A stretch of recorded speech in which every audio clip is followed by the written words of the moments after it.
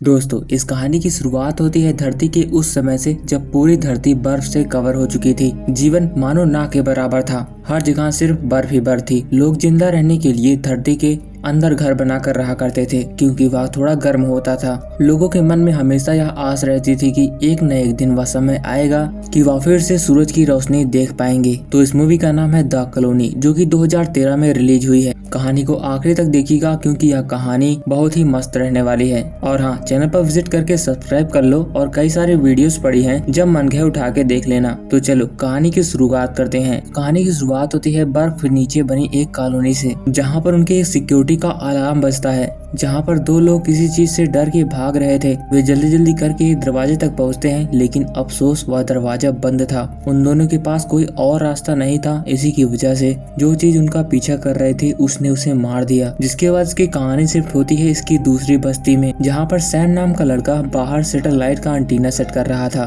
तभी वह देखता है कि मेसन नाम का एक आदमी कॉलोनी के अंदर से एक बीमार आदमी को बाहर लाता है। वह उसे मारने वाला था क्योंकि वह पहले से उनकी काफी दवाइयाँ खर्च कर चुका था। और यहाँ का एक रूल था कि अगर तुम बीमार हो, तुम ठीक नहीं हो रहे हो, तो तुम्हें दो ऑप्शन दिए जाएंगे, या तो तुम मरोगे या तो बर्फ में तुम्हें अकेला छोड़ दिया जाएगा। वह आदमी अपनी जान की भीख लिए गिड़गिड़ा रहा था, लेकिन मेसन उसकी बात सुनने के लिए तैयार ही नहीं था। सैम भी इसके लिए मना करता है, लेकिन वह उसकी बात नहीं सुनता और उस बीमार आदमी को गोली मार देता है। जब सैम अंदर आता है कॉलोनी के, तब हम देखते हैं कि इन सभी कॉलोनी के अंदर इनके यहाँ जीने के लिए सभी चीजें हैं, लेकिन वह सभी सीमित ही हैं। इसलिए हर ठंडियों के समय में यहाँ पर ऐसे कुछ लोग मरते रहते हैं। इस बस्ती में सभी एक दूसरे का ख्याल रखते हैं, लेकिन अभी उनके बीच उतने लोग नहीं रहा करते जितने की पहले रहा करते थे। उन सभी के बीच में एक अफवाह भी है कि एक ऐसी जगह है जहाँ पर बर्फ नहीं पड़ती, और सैम की गर्लफ्रेंड काई हमेशा से ही उसी जगह की तलाश में अपने रडार सिस्टम में बैठी रहती है। सैम वहाँ के लीडर ब्रिक्स को बताता है कि मेसन ने नियम तोड़ा है। ब्रिक्स के पास अभी इससे और जरूरी काम था, इसीलिए वह उसकी बात पर ध्यान नहीं देता। वह सैम को कूपर के पास ले जाता है, कम्युनिटी की सिस्टम पर, कि दूसरी कॉलोनी से एक SOS मैसेज आया है, लेकिन अभी उनका कोई भी जवाब नहीं दे रहा।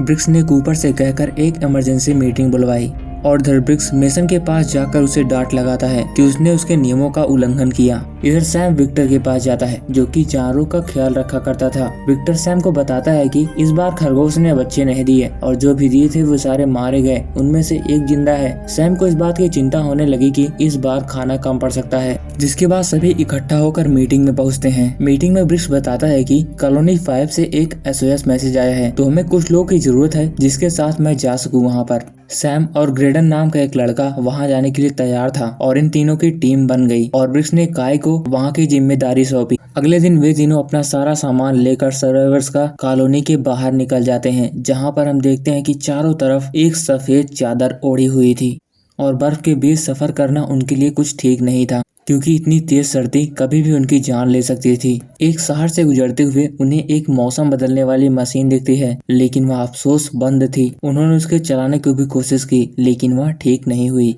काफी देर चलने के बाद वह एक पुल पर पहुंच जाते हैं। पुल में कई सारे गड्ढे थे। वे बचते बचाते किसी तरह उस पुल को पार करते हुए उस पार जाते हैं। एक बार तो ब्रिक उससे गिरते गिरते बच गया। रास्ते में और आगे बढ़ने पर उन्हें एक कार दिखाई देती है, जिसके बगल में एक बंदा मरा पड़ा था। उसके हाथ में गन थी। वे गन को उठा लेते हैं और देखते हैं गाड़ी में उसकी पूरी फैमिली थी, जो कि अभी मरी पड़ी थी। रास्ते में और आगे जाने पर इन तीनों को एक क्रैश हेलीकॉप्टर मिलता है, जहाँ पर यह शेल्टर के रूप में अपनी रात बिताते हैं, क्योंकि रात के समय ठंड और भी चढ़ जाती है। अगली सुबह काफी देर चलने के बाद जब वह कॉलोनी तक पहुंचे, तो वहाँ पर देखा कि वहाँ पर खून के छींटे पड़े हुए थे और अंदर से एक खौफनाक सन्नाटा था। ब्रिक समझ गया कि कुछ न कुछ गड़बड़ जरूर है, क्योंकि हर बार जब ब्रिक यहाँ पर मिलने के लिए आया करता था तब उसका वहाँ पर स्वागत किया जाता था, लेकिन इस बार वहाँ पर कोई भी नहीं था। ये तीनों भी जिस कॉलोनी में आए थे, या कहानी के शुरुआत में कॉलोनी दिखाई गई थी जहाँ पर दो लोग भाग रहे थे। तीनों के काफी देर कॉलोनी की जांच करने पर उन्हें पता लगा कि एक आदमी वहाँ पर अभी जिंदा पड़ा है।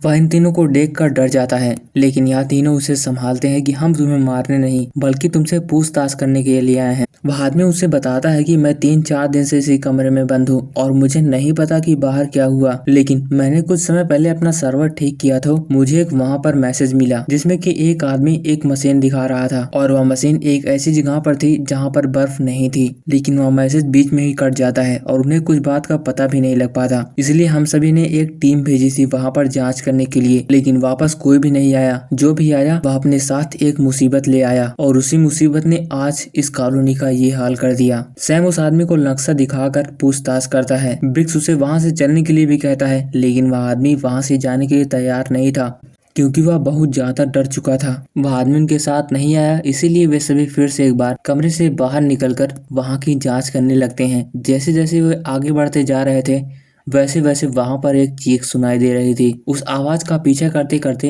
एक ऐसी जगह पर पहुंचे कि जहां पर कई सारी लाशें पड़ी थी और लाशों को एक आदमी काट रहा था। यह देखकर यह तीनों डर जाते हैं। अचानक जो बंदा उन लाशों को काट रहा था उनकी नजर इन तीनों पर पड़ जाती है और इन तीनों के ऊपर हमला करने के लिए आगे बढ़ता है। सैम के हाथ में बंदूक थी, वह तुरंत ही गोली उसे भून देता है। वो तो मर गया, लेकिन गोली की आवाज से उसी की तरह कई सारे इन्फेक्टेड वहां पर खड़े हो गए। उन इन्फेक्टेड का लीडर चिल्ला दिया और सब उनके ऊपर टूट पड़े मारने के लिए। वो उनसे लड़ते लड़ते आगे बढ़ रहे थे। इसी के बीच एक इन्फेक्टेड ग्रेडन के ऊपर हमला कर देता है और वह बेचारा मारा जाता है। वे दोनों भी मायूस होते हैं, लेकिन वहाँ से भागना बेहतर था। वे दोनों किसी तरह भाग के कॉलोनी से बाहर आते हैं और एक ग्रेनेड से उस कॉलोनी का दरवाजा आगे का बंद हो गया। सैम और ब्रिक्स तुरंत ही दौड़ते दौड़ते आकर फिर से उसी क्रैश हुए हेलीकॉप्टर के पास आते हैं। अब रात भी होने वाली थी, इसी की वजह से ये रात बिताने का यही सोचते हैं। पूरी रात ये दोनों इसी इन्फेक्टेड के बारे में बात करते रहते हैं और सुबह होने पर वह देखते हैं कि वह इन्फेक्टेड उनका पीछा करते हुए उनकी ओर ही आते जा रहे हैं। इसलिए ब्रिक्स एक दिमाग लगाता है।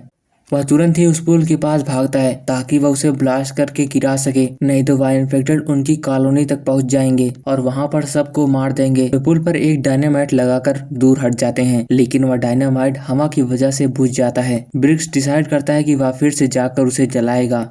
अब तक वह इन्फेक्टेड भी उसी के पास आ चुके थे। वह डायनामाइट को जलाकर उनको अपने पास आने देता है और एक जोर सा ब्लास्ट होता है। इसमें कि कुछ इन्फेक्टेड मारे जाते हैं और साथ ही साथ ब्रिक्स भी मारा जाता है। उन इन्फेक्टेड का बॉस देखता है कि सैम कॉलोनी की ओर भाग रहा था। सैम कॉलोनी में पहुंचकर मेसन को बताता है कि वह इन्फेक्टेड उसी की तरफ आ रहे हैं, लेकिन मेसन किसी की बात मानने के लिए तैयार नहीं था और वो अपने आप को वहाँ का बॉस बता रहा था। और अब उसने वहाँ का पूरा नियम भी चेंज कर दिया था कि लोगों को एक सीमित समय में खाना दिया जाएगा। मेसन सैम को बेहोश कर देता है। जब सैम की आंख खुलती है तो उसे कमरे में बांध रखा गया था।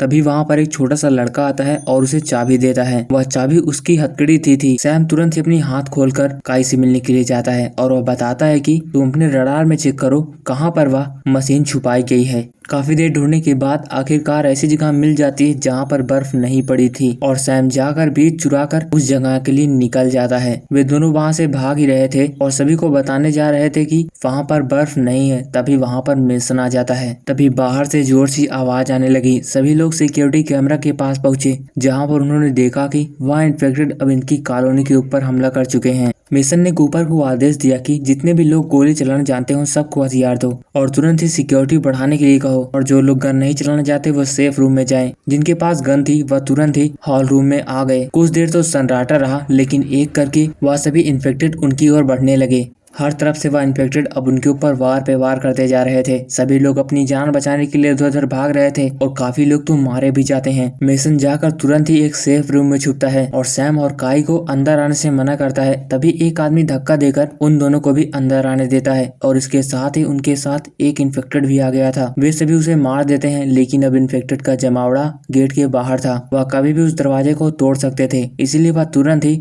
वहाँ की एक बनाई गई सुरंग से बाहर निकलने का सोचते हैं। सैम और उसके साथ कई लोग वहां से निकल जाते हैं, लेकिन मेसन उनसे लड़ने के लिए वहीं पर खड़ा था। वह एक ग्रेनेड निकालता है और उसे एक ब्लास्ट करता है, लेकिन ब्लास्ट हो पाता इससे पहले उस इन्फेक्टेड का लीडर उस सुरंग में घुस चुका था। अब सैम के पास इन्फेक्टेड का बॉस पहुंच चुका था। उन दोनों के बीच एक तगड़ी फाइट होती है, लेकिन सैम उससे बार बार हारता जा रहा था। लड़ते लड़ते सुरंग टूट जाती है और दोनों जानवरों के रूप में जाकर गिरते हैं। सैम के हाथ में जो भी आता वह उसे मारने लगता। एक बार सैम के हाथ में एक तेज धारदार चाकू लगती है और वह एक बार में उस लीडर का गला काट के अलग कर देता है, जिसके बाद सैम भी उसी सुरंग से बाहर होकर आता है। बाहर आकर पता लगा कि उनकी पूरी कॉलोनी अब जल चुकी थी और उनके पास अब कोई भी आश्रय नहीं था। अब वह उसी जगह की तलाश में निकल जाते हैं जहाँ पर उनको बीज बोना था और इसी के साथ यह मूवी यहीं पर खत्म हो जाती है।